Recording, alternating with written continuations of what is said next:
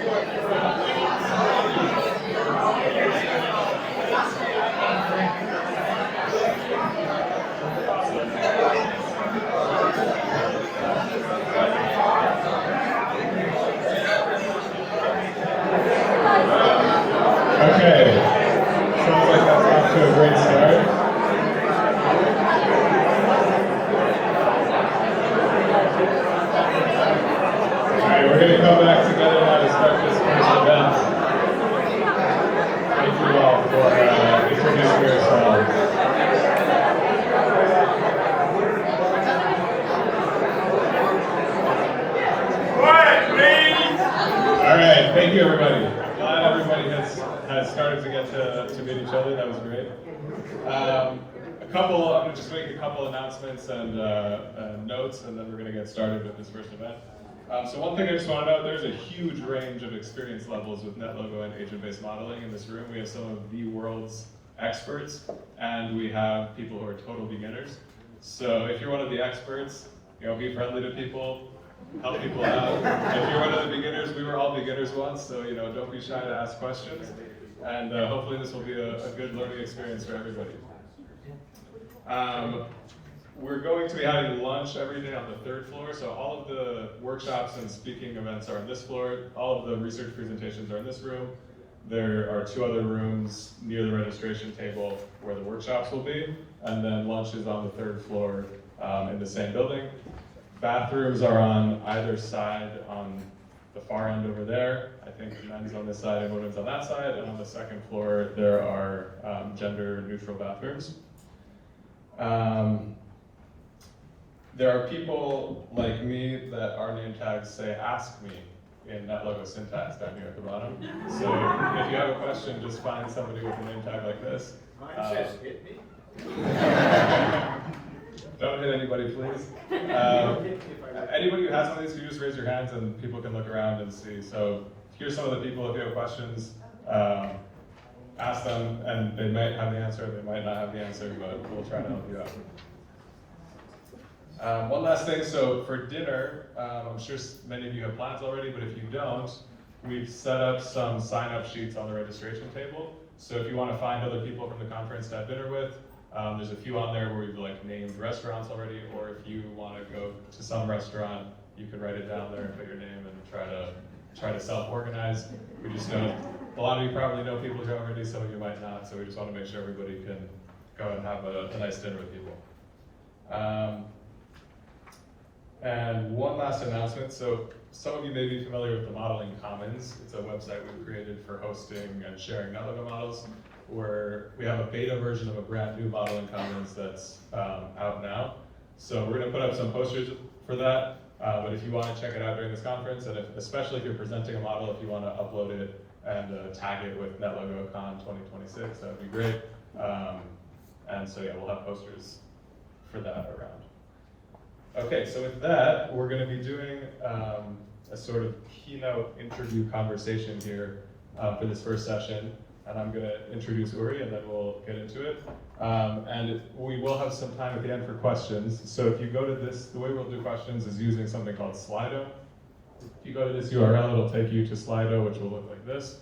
And you can put in questions there, which we'll then create at the end. And then depending, maybe we'll also just pass a mic around. You can ask those anonymously if you don't want to ask the question yourself, or if you put your name, then if we're going to do that question, we'll get a mic to you to ask the question. Okay, so now it is my absolute pleasure to introduce Professor Uri Wilensky, the creator of NetLogo.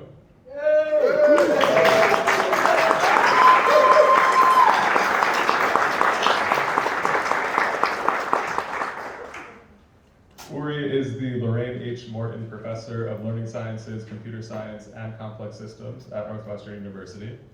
He's the founder and director of the Center for Connected Learning and Computer-Based Modeling, which we call the CCL for short, and a founding co-director of the Computer Science plus Learning Sciences PhD program, a co-founder of the Northwestern Institute on Complex Systems, known as NECO, and most recently the founder of the NetLogo Center with the aim of expanding the NetLogo community and ensuring NetLogo's long-term sustainability.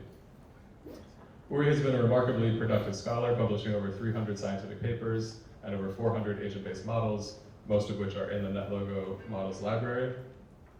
His papers have probed human understanding of complex systems and how it can be deepened through interaction with and creation of agent-based models.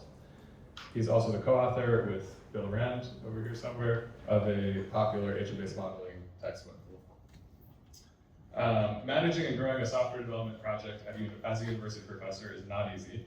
Uri has labored to get grants that would sustain his developer team, as well as the brilliant set of student researchers that make up the CCL lab.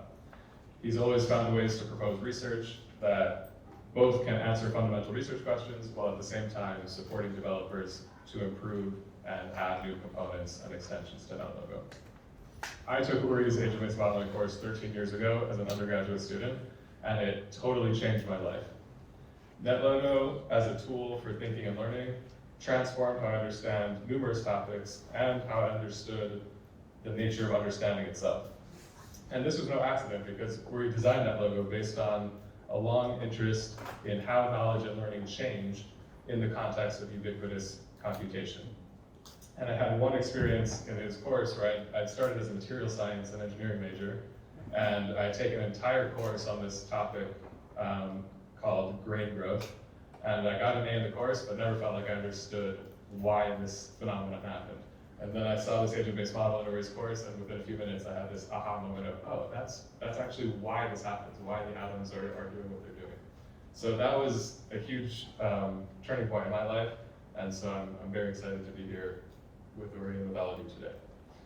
Uri has devoted his professional career to creating computational tools that empower learners and researchers to model and make sense of complex systems, and he's a longtime advocate of integrating computation into all school subjects. Towards this, he and his colleagues have authored numerous computational science curricula for K-12 and university settings. And he has received numerous grants from the NSF, the National Science Foundation, the National Institute of Health, and a variety of foundations. He's the recipient of the NSF Career Award. He's a fellow of the National Academy of Education and of the American Academy of Arts and Sciences. And most recently, he received the Eden Prize for Education Research, which is the world's largest education prize, for his work on NetLogo and modeling literacy. He's been an inspiring and beloved teacher and mentor. He has also consistently emphasized a lab-wide community mentoring, not just one-on-one relationships between him and his students. And this has led to both deeper insights and papers and a strong alumni community long after graduation, with many students now in prestigious faculty positions in universities all around the world. So please give a warm welcome to Uri.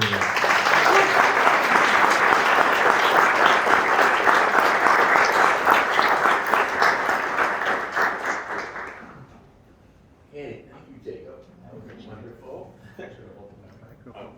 Can you hear me? Yes. That was a wonderful introduction. Thank you, and very generous. We're very lucky to have started the NetLogo Center, and Jacob is the executive director of the center. And so we're hoping this will lead to an even more penetration in NetLogo agent-based modeling in the world. Educational context, research context, I need to hold the mic.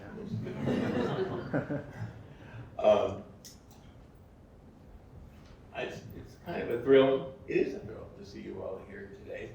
Some of you I've known and interacted with over the years, some of you are completely new to me. But I've been working on NetLogo for almost 40 years, depending on how you count it. Because in the early phase it was StarLogo. But you know, now that we're really trying to, there's so many users, and we hear from lots of users waiting on it. We wanted to have a place where we all met together and started to forge connections more. I'm not holding it close enough. I'll try better.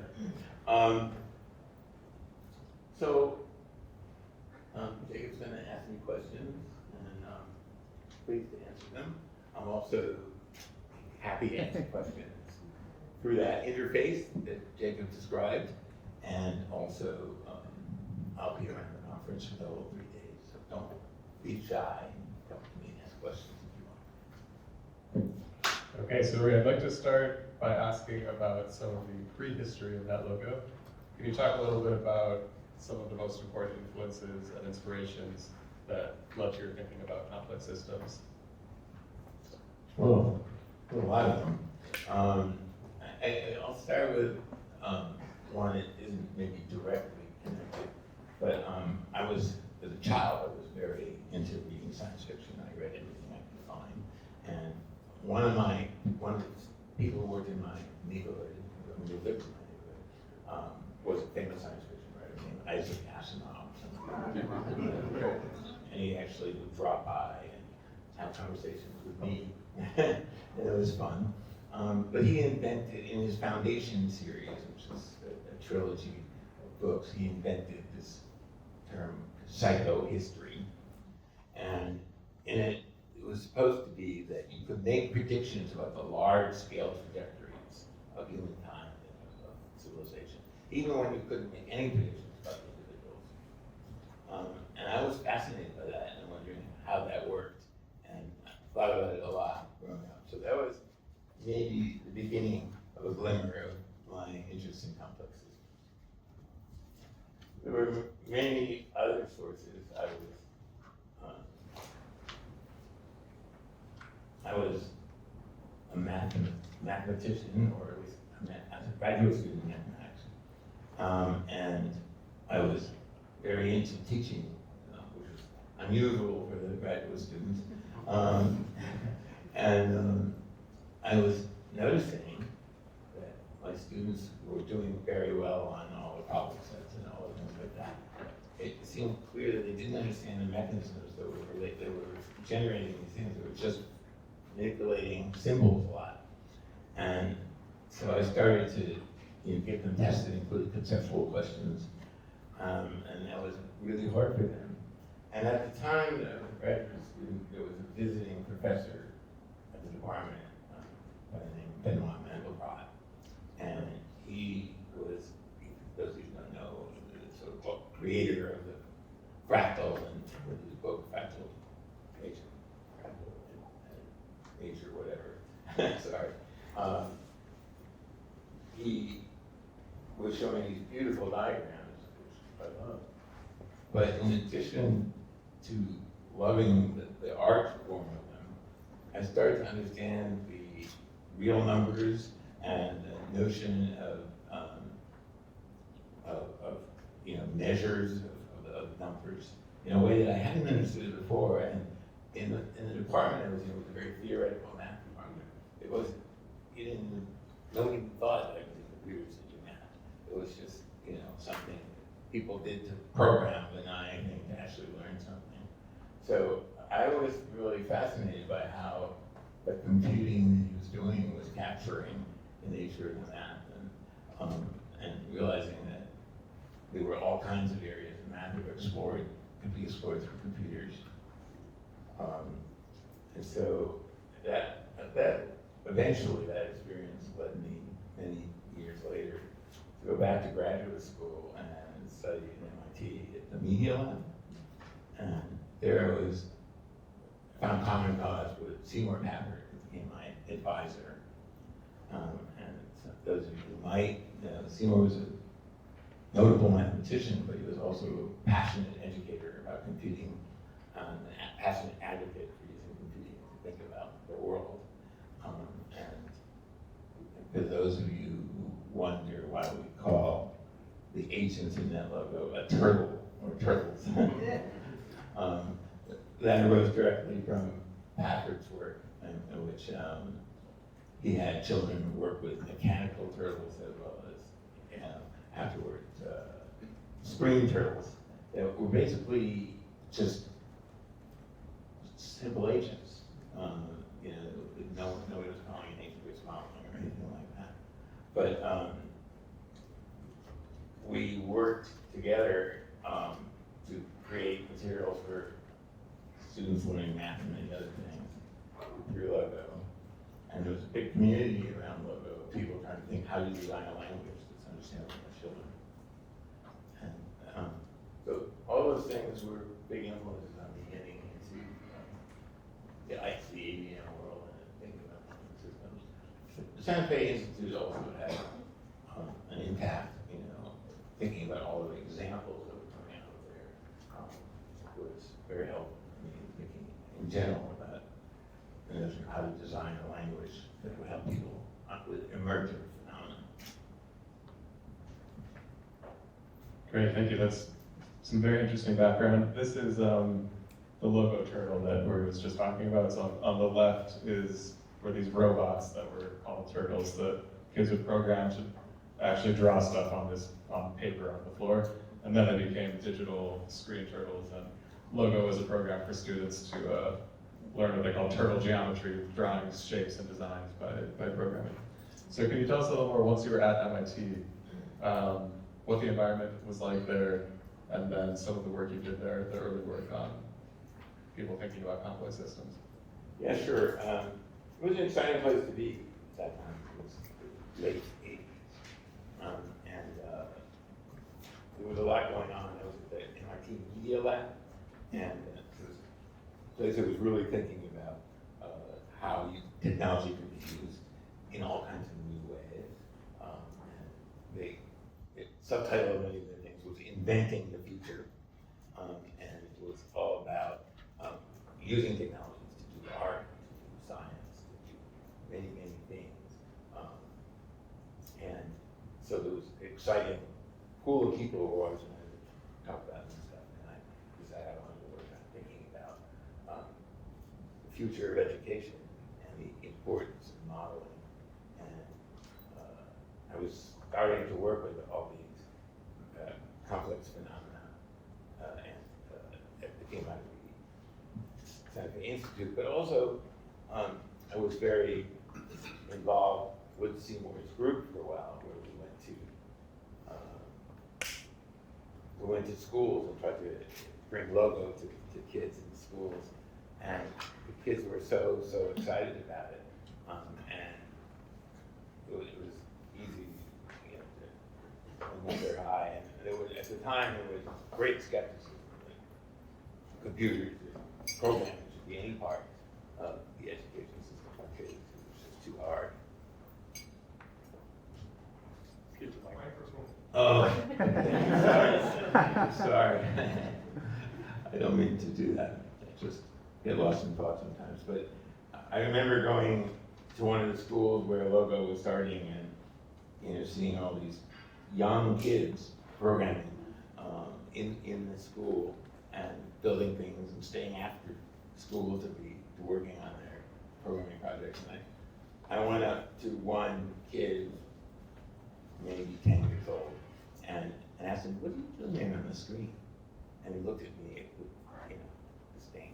You don't know how to program? So I became convinced that kids and people in general can do programming. And now I think more about modeling. But that was a heady time. There were many, many people going by to try to work on it. Great, and so talk a little bit about the work you did investigating people's thinking about complex systems while you were at MIT. Yeah, well, I became very interested in a bunch of things. There was psychologists, Tversky and Kahneman, who used to visit the labs sometimes. And, you may have heard of them, but they showed that people had a lot of weaknesses. We're trying to understand randomness and probability. And it seemed to me that, that was very related to understanding complex systems. You had to have some sense of things that were stochastic. And they one unfortunate side effect of their work, which wasn't their intention, was that people were saying, don't use your intuition in trying to understand probability, because it's too hard. Just follow the formula, plug and chug, and you'll be fine. I actually went to a class in a college class in probability, in which the professor actually said that, which really surprised me. But I thought that anything complex, it's going to have stochastic properties. And so I became interested in how people thought about those. And there were some classic examples that were in the complex systems literature, things like, how does a flock of geese form? And we have a model about that in the library. Or what happens when a traffic jam forms? And so my colleague, Ms. Resnick, and I decided to develop interviews with a large group of people and ask them what's happening in these kind of cases. Mitch and I were astounded sort of at some of the results. But for example, we would ask someone, what do you think is happening when a flock of geese is forming? How does it form? And uniformly, we started interviewing kids as young as 6 or 7, and then faculty at MIT, and a big, large swath of ages and experience. And we got surprising answers. So the most common answer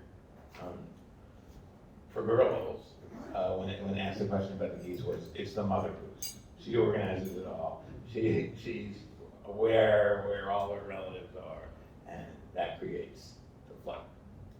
And boys were more interested in the drafting kind of and it's the biggest goose is up front, and they go in order of their strength. So we had a lot of phenomena like this, and we were getting these answers. And what was clear was that the general imposed a kind of centralized control over things that were actually bottom-up processes. So it was surprising maybe that the geese actually were all doing the same thing. They weren't in different roles.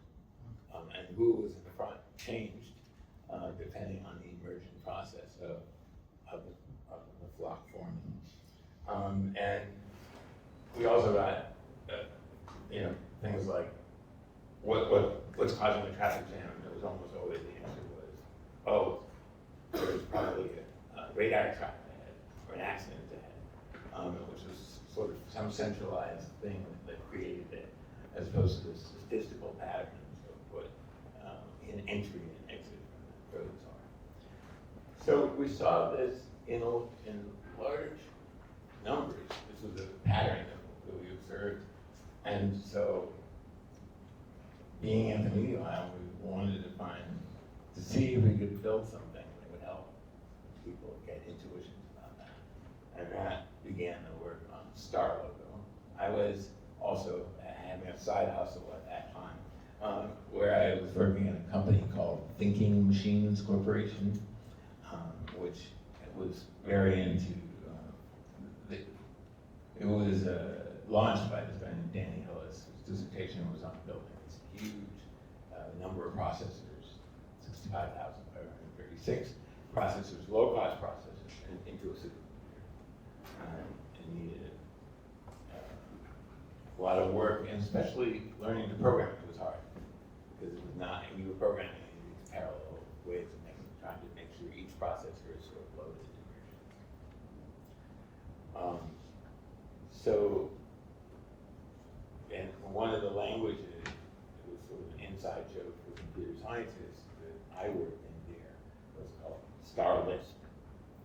And because Lisp was the sort of language for artificial intelligence at that time.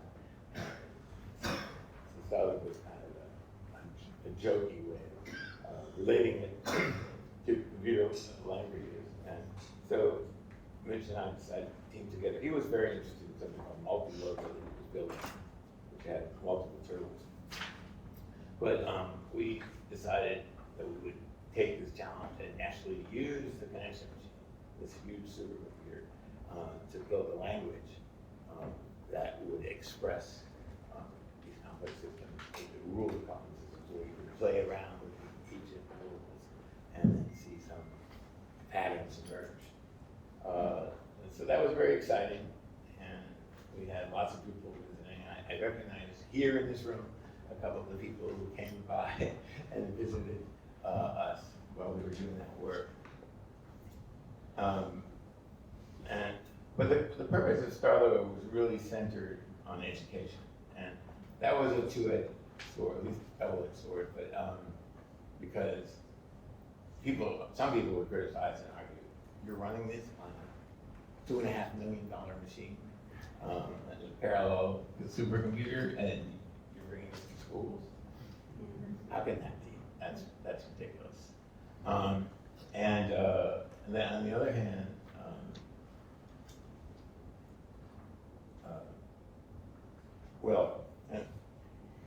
there was a feeling like there were these very important ideas that could be captured that way, and it was exciting to see kids working with the supercomputer and being able to build early agent-based models. And the questions that arose from them were questions that probably wouldn't have arisen elsewhere.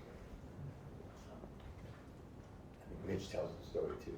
Two kids who visited us, and they were watching the traffic model, where traffic jams were. They were arguing about, how it could work. One said, well, the traffic jam seems to be moving the opposite way of the traffic. Why is that? And a visiting professor who was in physics was around in that area and said, well, that's why there are so many traffic accidents, because the traffic is moving forward and the jams are moving backwards, so their relative speed gets them into accidents. And this generated a whole set of questions for this group of students who were visiting us. Okay, so you were working on StarLogo as a graduate student, and then after you graduated, you started NetLogo.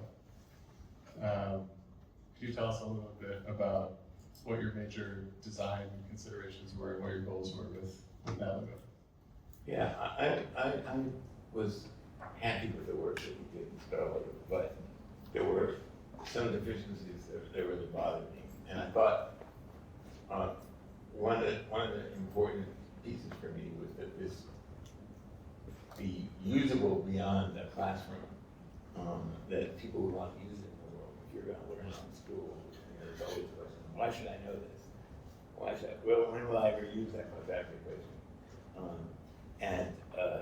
So I wanted there to be a path for people to move and doing more advanced things, not just simple toy models. And so it was very important to me to design NetLogo that way. It was both going to be low threshold, easy to enter, at least we hoped, to get started, and high ceiling, that you could do a lot of more complex things and actually do serious research of the language.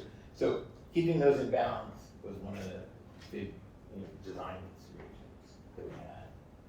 And there were lots of specific design decisions, like how to design the primitives of the language so that they would read more like natural language, and then you could read it. And so one thing that I discovered early was most of the scientists who wanted to use it weren't crack programmers. That was not really what they're interested in. They're interested in the phenomenon itself. And so it turned out that the syntax that we made very simple for kids was also very good for scientists.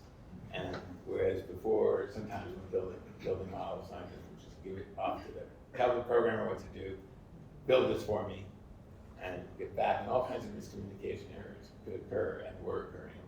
And This way, I was hoping that scientists could build their own models, at least read some of the models, get a sense of what they are, and be more part of the participation, the creation of the model, not just conceptualization. So those were some of the big design considerations. There were many other concepts that became important. I'll leave that for now. Okay, great. Because there's some people here who are new to NetLogo, you wanted to show a couple of examples. Right. It's a mixed audience here, and I thought most of you probably have used NetLogo, probably, and that's what drew you here. But I know there's some people here who told me they had no experience with NetLogo, they just want to learn about it, or they want to use it in school, or some other context. So I thought I'd show just two models. Actually, I think I'm going to say something else before that. Okay. So at the time, I was all excited about computing and how it change learning. And I was thinking, computing is growing so fast, and it's giving us so many ways of building and analyzing. And what can I learn from history about change, the time of change of representations? Something major changed. And so with my colleagues in Japan, we started reading a lot about the history of numbers. And there's a long and fascinating history of numbers and how they, and numerals and how they became represented, including convention of zero and many other things. But at the time, at this turn of the first millennium in Europe, most people use Roman numerals. That's how they did arithmetic, because of the representative numbers.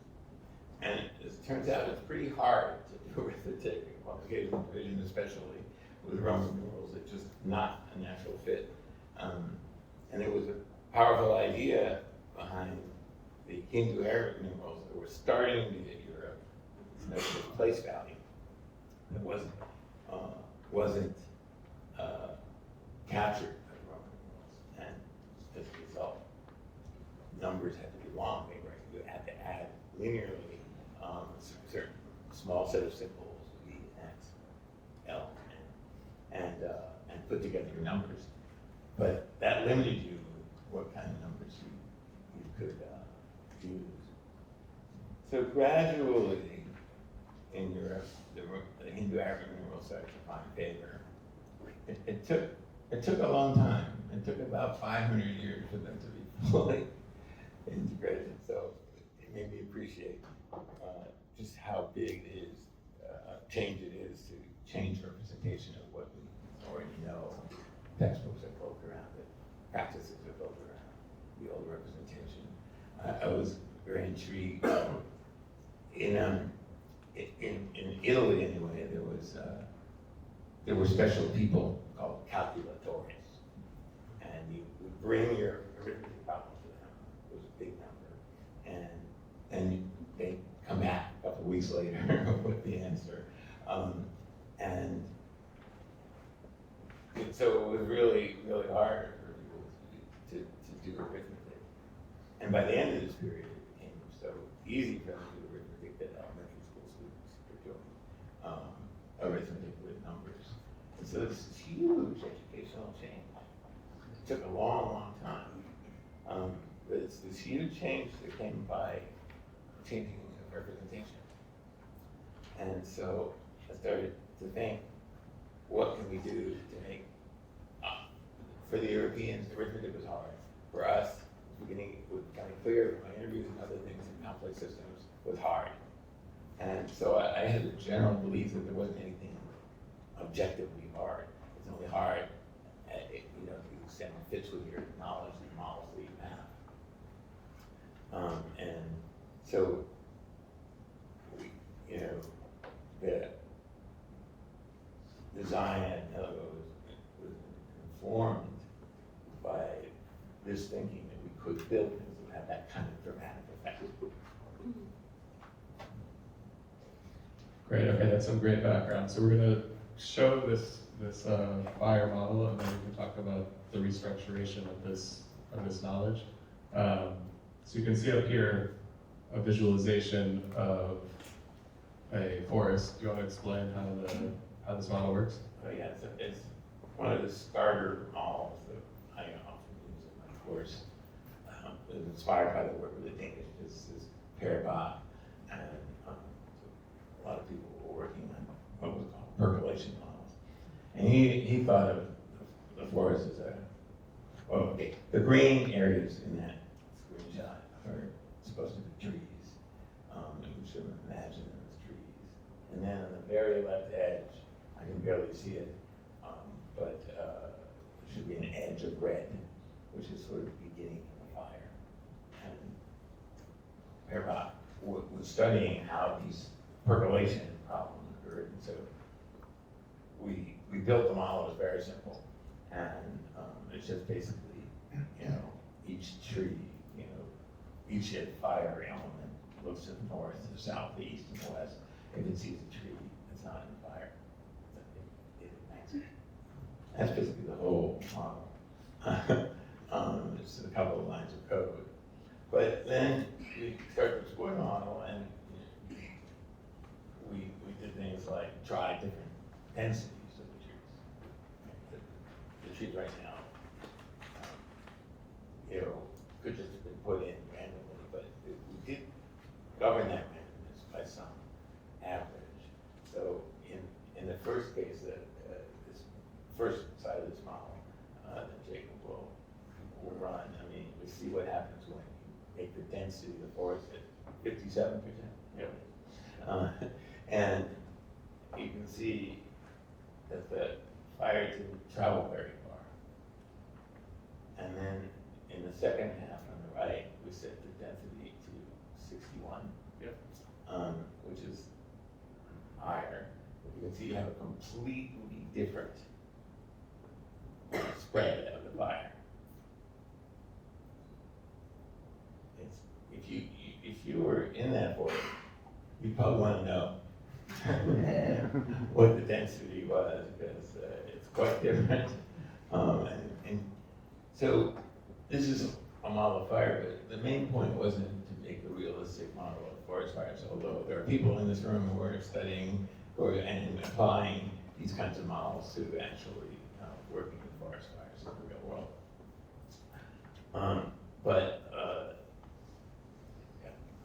The point that we were trying to convey with these kinds of models, they were supposed to be simple starter models that people could expand and do whatever they wanted to.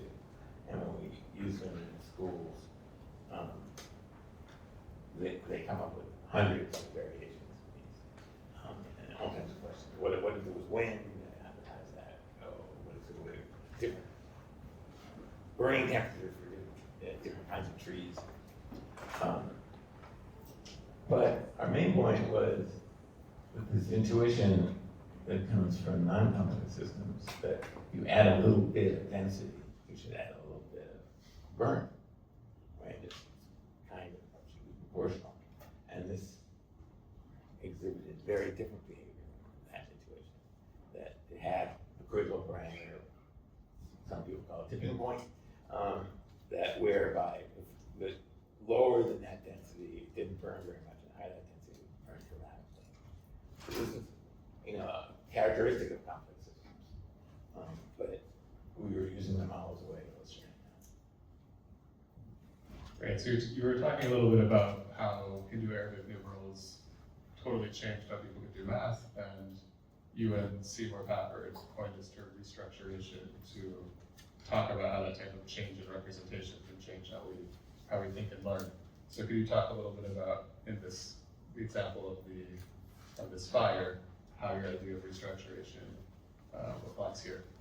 Well, the content of the fire model was probably not very common in schools or in learning environments, various things. But to the extent that I had encountered any way of representing what happens when fire spreads, I learned these differential equations, partial differential equations for fluid flow and for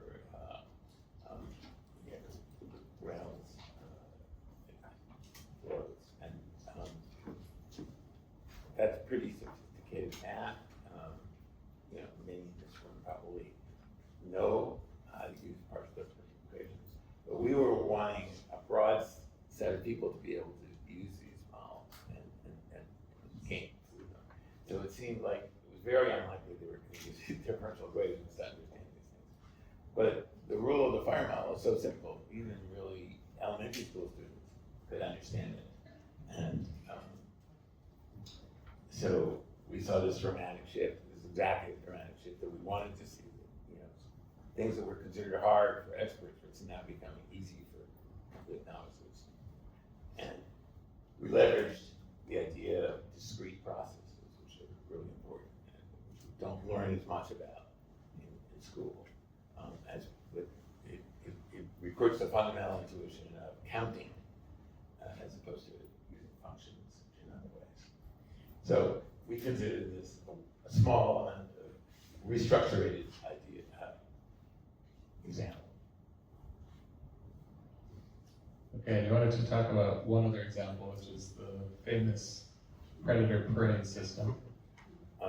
Yeah, that was one of the first models that was used, and we actually had a project where high school students were creating models, and this model came out of that. But this person who was creating the model knew that there were these predator-prey fluctuations and cycles, and many of you may have learned about the couple differential equations that were representing this cyclical behavior of predator and prey system. Should I go ahead and run the model? Go ahead.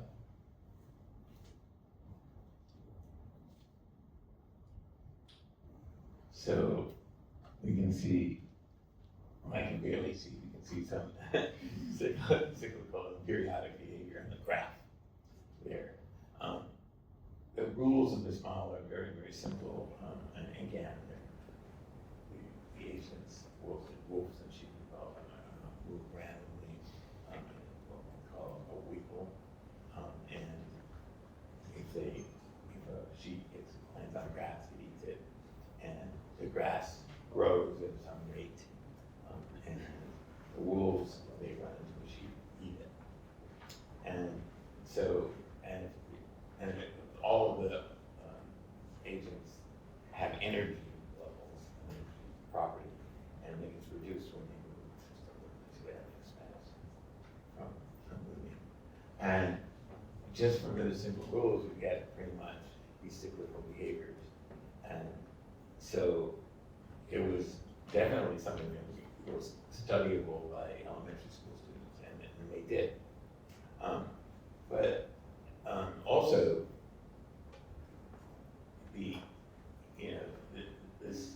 this model, was used in many different contexts to build upon systems like this, where there's a predator, right? And many people are using these examples, like students who work on native fishing practices, and setting up, what kind of rules will keep us sustainable,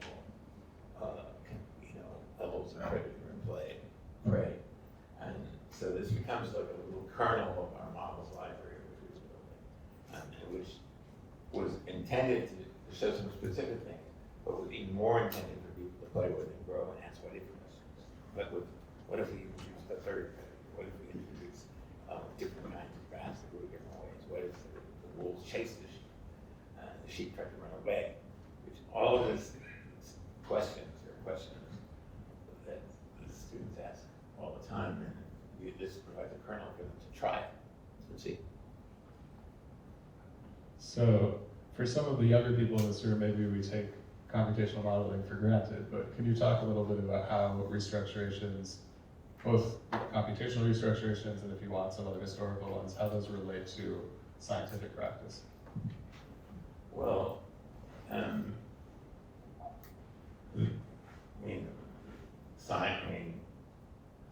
there's this philosopher of science named Kuhn, who is probably familiar with some of you. He talked about the structure of science, where paradigm shifts occur. And so we knew that the word dramatic was punctuated, equilibrium, so to speak, for progress in science. But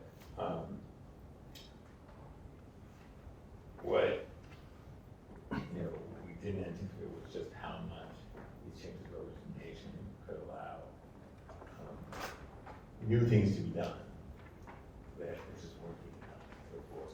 So people started working, and it came from different sources. Like there was a discussion of individual-based modeling in the biology world, and so it would work with little agents, so to speak, instead of populations, and that became a whole new area of study, doing computational modeling in a way.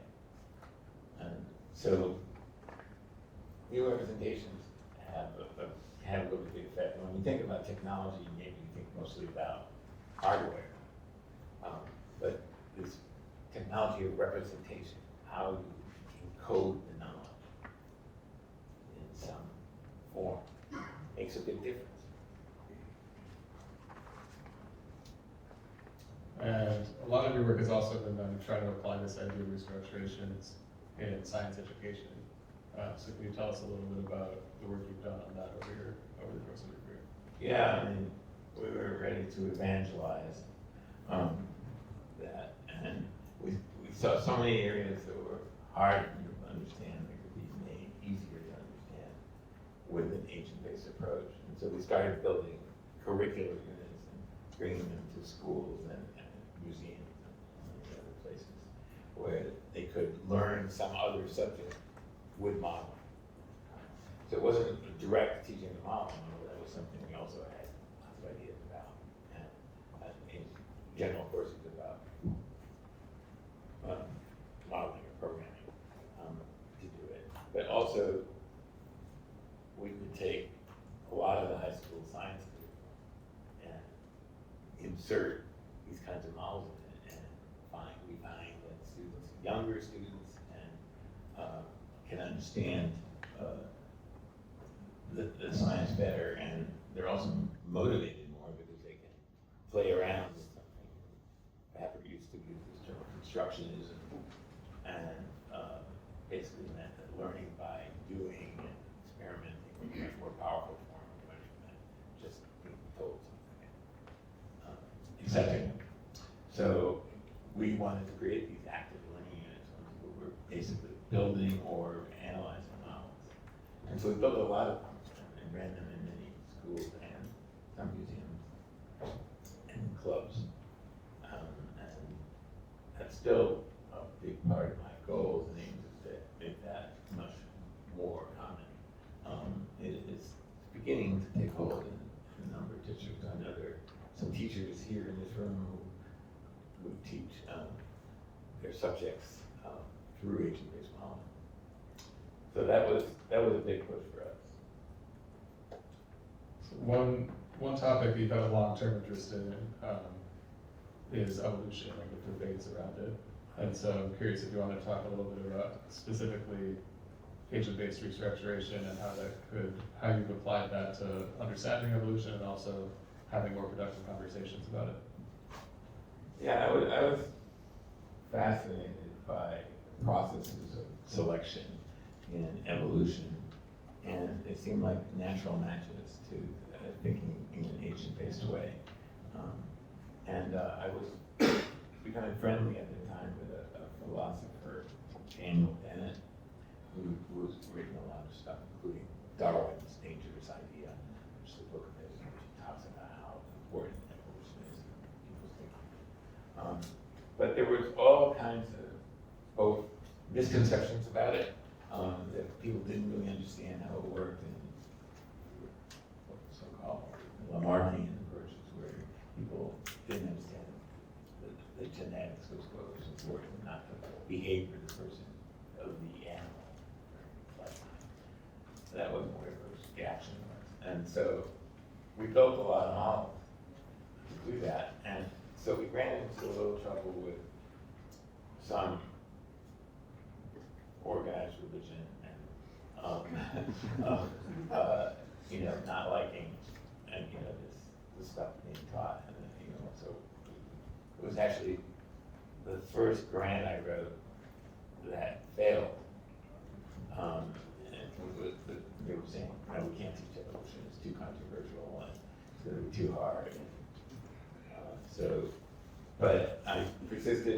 working with evolution and started debating people about natural selection and whether or not it's responsible for the variations of life forms. And, I went to one debate and realized the problem wasn't really essentially religious objection to the story. It was that the idea of something emerging from nowhere in all this, seemingly well-designed animals and environments that didn't have anybody design them. And this was, of course, this a debate within the evolution world, but I realized that what special edge we had in teaching about this evolution was that the chief problem was that this designed looking thing wasn't designed, and so we broke the link between that and reality. We said we have a model here.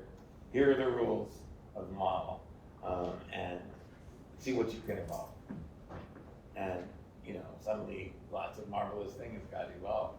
And so what we did wasn't, try to fight. We didn't have to fight against their historical understanding or religious understanding. We just had to say, in this world, it can happen. So therefore, you can understand that it could happen in the world. I'm not saying it definitely is, but that could be a mechanism that would work. So we took away that initial objection. Something like this can't happen. Okay, maybe we'll skip a couple questions. We have time for Whatever you want. some audience questions. So one thing I definitely want to ask you about though is, you've been talking, and in the lab we've been talking a lot about modeling literacy for all. Yes. So can you talk a little bit, what do you mean by modeling literacy, specifically the literacy component, and why do you think it's something that everybody should develop?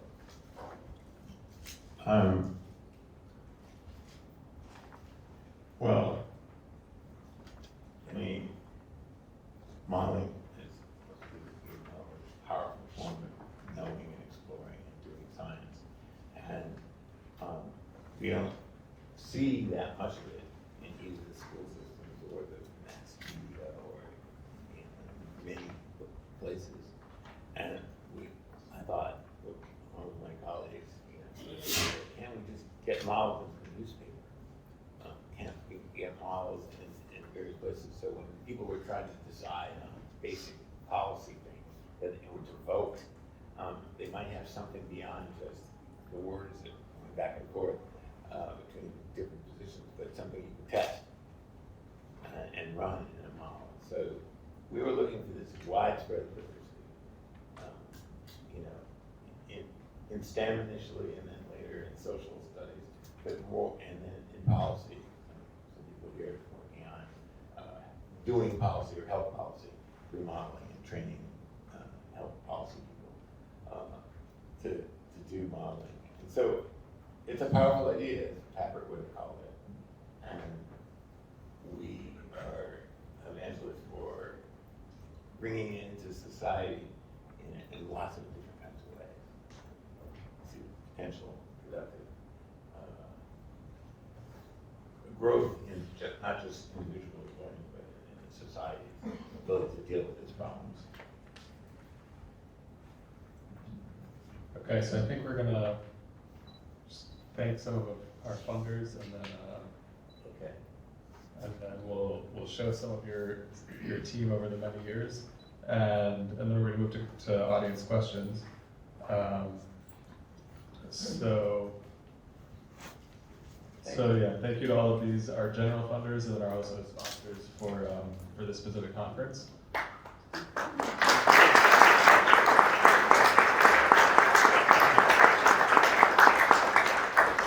And here's a picture of some of the people, many of the people that have worked with Uri over the years. And now I'm going to switch over to, so yeah. We attracted a lot of brilliant people into this lab, some of them are here. So it was definitely a lab venture for us and a group venture for continuing to improve NetLogo and continue to improve the science model and the teaching model. So these people are all great. Okay, so I'm going to switch back over here. So if you have an internet connected device, you can go here and answer questions, but I see a lot of you don't. So I think what we'll do is we'll switch off between these. So if anybody wants to ask a question, we have another mic up here. And we'll switch off between the questions that people have submitted.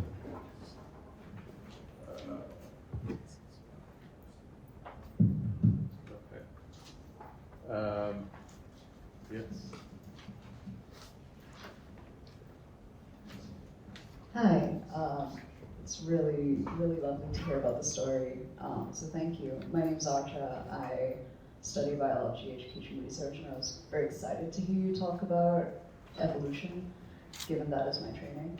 And I'm kind of curious about, and I think you've kind of hinted towards this, this idea of people understanding stochasticity and randomness.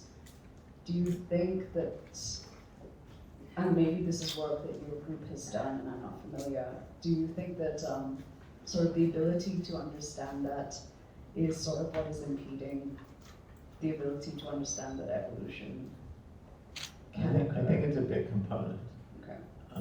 And, you know, arguments of evolution can be quite tricky, and it's not as simple as stronger survive or anything like that. I mean, it all depends on real dynamics, and some of those dynamics are very stochastic, and like mutations. It's hard to model as a physical process, as a statistical. So a lot of the core ideas of evolution, I think, come naturally to computers. At the time that I was in school, there was Professor Axelrod at Michigan was writing a lot about how you can have cooperation. And you know, this is a puzzle that was in general in the evolutionary biologist world. It seems like it couldn't happen because there's always an advantage from non-cooperation, right? If you get more resources. And so why would it evolve? Is any gene that, you know, caused you to cooperate would actually hurt your own survival? So that was a puzzle that I think, you know, Adrian's modeling gave me lots of clarity about how to understand that process. And you know, there are all kinds of ways in which cooperation can benefit the person and the person who's doing the cooperation. We know that as humans, but I'm talking about at an evolutionary level.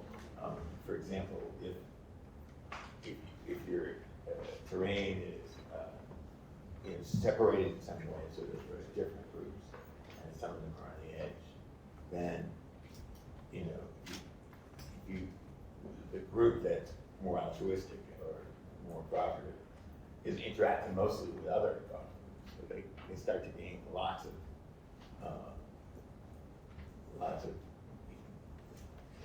credit in the evolutionary game, whereas the other ones are interacting mostly with those who we call defectors, are you know, interacting mostly with other defectors, so they're losing. And so these kinds of things, regionality is one of the many mechanisms that you can set up and see cooperation develop. Thank you so much. Okay, we had a question from Paolo. Do you want to ask your question? Yes, hi, Paolo Vignano. I was very curious to hear about, are there any major aspects or capabilities of NetLogo that you wish you'd been able to implement or create that you've not been able to, and if so, what have been the obstacles to doing that? I didn't quite understand the question. Sorry? Could you repeat the question? Is there anything that you wish that NetLogo could do in terms of whether it's an educational aspect or computational aspect that you've not been able to kind of enabled NetLogo to do it, and if so, what have been the obstacles? I'm sure there's a lot. I thought Jacob might ask me about some of the plans we have for change, but, well, okay, first of all, NetLogo is very active development. In fact, we have the largest developer team now working with us that we've ever had. And so there's more and more happening. There's a few weeks of people release NetLogo 7.1, release the beta version. So, and it has all kinds of new things that we were missing. And, you know, we have plans to do a lot more. One area that relates to my emphasis on open source and contributions, you know, we developed this thing called the extension ticket guide, so that you can build extra modules for NetLogo that can be brought in as a library to work on your model for special purpose things. And so we were building most of those. We want the community to be able to build some of those too, and they are doing it in their private ways, but it's not yet being, you know, coordinated in some way. So we decided to take a move, which is almost done now, of people being able to build these not in some other language like Scala or Java or any of that, but built in NetLogo.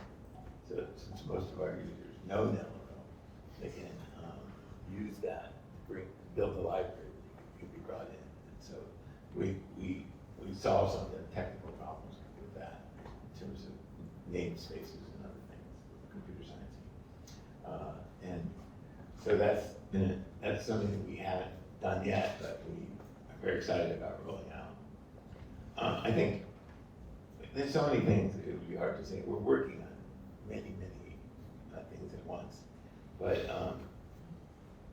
you know, so one thing that is still bothering me is, and we talk a lot about making links between micro and macro in NetLogo, and that's a core element to what you can learn.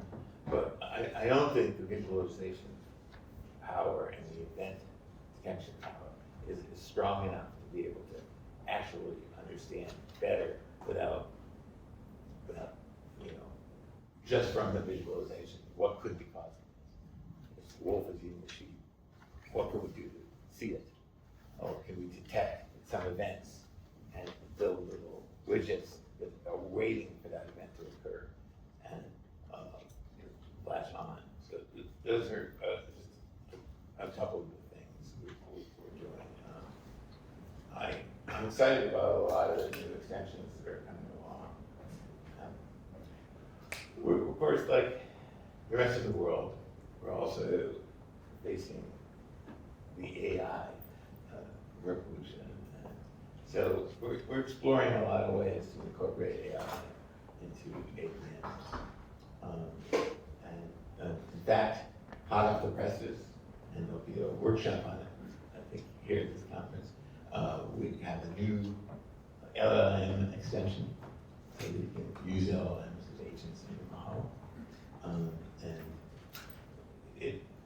it leads to some exciting new possibilities, including these manufactured populations of LLMs interacting, doing some kinds of experiments. One of my students, I'm sure he's here, has got a version where they're deciding whether or not to lob nukes at each other. And the LLMs tended to prefer lobbing them to do that. That's not the model. That's just explains some of the exciting things that you can do with the LLMs and with any other cognitive structure. Our level space extension allows you to make the brain a separate model than the body, and so you can switch out brains. There are different kinds of brains. So that's another area that we're working in. We you know, there's still a long way to go to get all of that stuff going in. I have a long list. And is that a question? Yes, sort of related to your comments. I found your talk fascinating. I'm a physicist, quantum physicist. I collaborate with a NetLogo Pro. I'm a neophyte. But I kind of wonder, for example, could you model a society in NetLogo and then have that society develop AI? And how would that evolution take place? Well, that's a good question. There are people here in this room who are doing, are definitely modeling societies, and how they can grow in different ways. It's not, doesn't seem far-fetched to me to be able to do the kind of modeling we want to do, but it'll take a lot of work to understand those things better. I mean, you can build a model, but it's all this process of verification and validation that are major processes. If we want to say something about the I have sort of a follow-on. Could you make any comments about AI in general, for example, in educational institutions? You know, the broader spectrum beyond NetLogo. Yeah, I sort of rather duck that question. This indicates you're very smart. We had a question from Moody, where is? Go ahead. So in AI, one of the issues is scaling. Do you think that applies to the modeling work?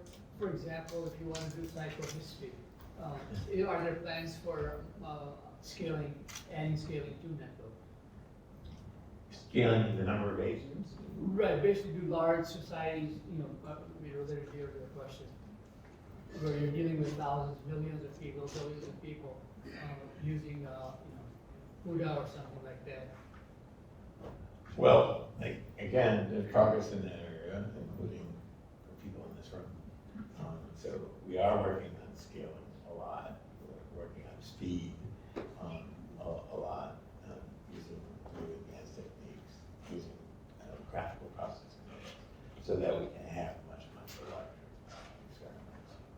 And there are people here who do experiments, I think, with millions of agents. Okay, I think we have time for one more question. Okay, go ahead. Okay, thank you for this. The first question and your answer to it got me thinking about, as you're looking at the strengths of, as you're teaching modeling literacy, and these models are wonderful in letting you sort of ask what if questions or this is plausible questions, but when you get to the what is, I was thinking about, Axelrod's work on the evolution of cooperation, and then getting to thinking about like Donna Haraway's work about 40 years ago about how anthropologists would pick, like, you've got some idea you want to show about human nature and you pick a particular hominin species that illustrates that, and similarly you can pick normatively laden models. I'm thinking about like Paul Starr's famous essay about the seduction of sin and the kind of built-in ideological worldviews. So as you're teaching, as you're thinking about teaching model literacy, how do you think about getting people thinking critically about just because a model can do something, or when you have multiple models, thinking critically about the underpinnings of those and how that affects the conclusions you draw and what you trust? Yeah, that's a good question. There's a lot of pieces of an answer I could give you, but first and foremost, there's being able to do experimentation and validation procedures. Sometimes it would be hard to do that in the real world because the scale of time or the scale of the number of parts doesn't allow you to really do a systematic kind of experiment with all the possible methods. And that's where the computational environment, agent-based environment, can help you at least make good conjectures and try to validate them. And it's especially good for ruling out some explanations, right? Show that this couldn't be the reason that it's involved, because we can do all kinds of experiments to show it does or it doesn't in different circumstances. So doing that kind of computational science is important, and NetLogo itself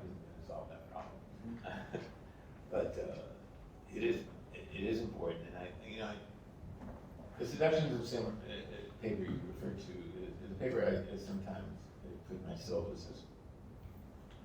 And it's an old paper now, but the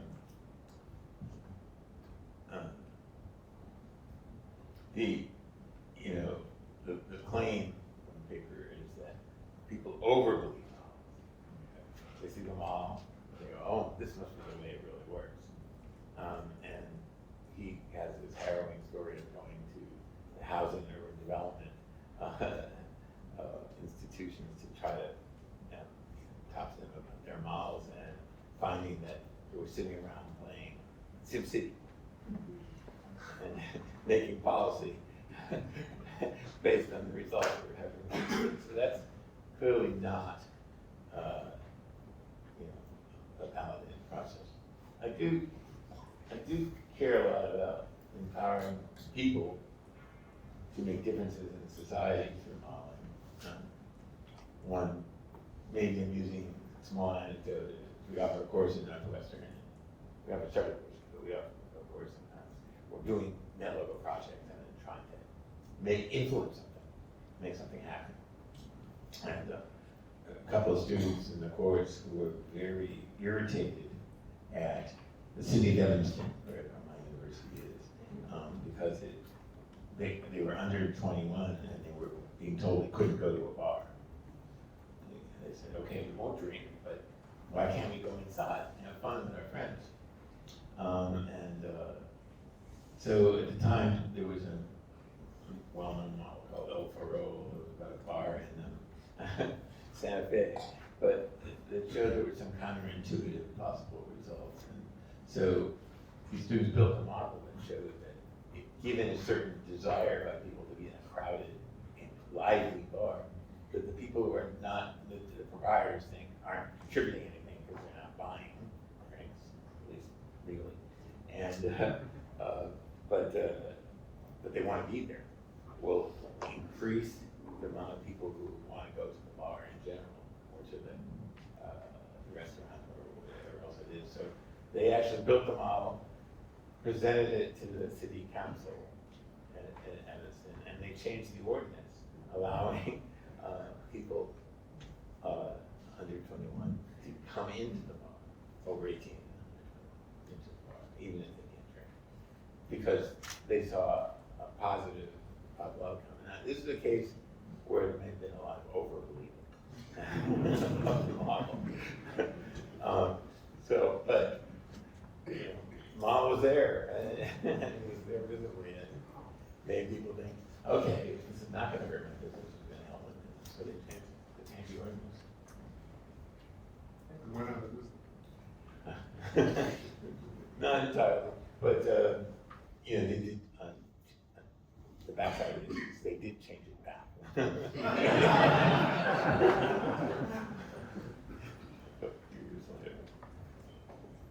But it was, that's a way people can be empowered to enter into real problems in their city or in their area and build models and use it as a form of rhetoric and persuasion. That's which way to go. So it is empowering.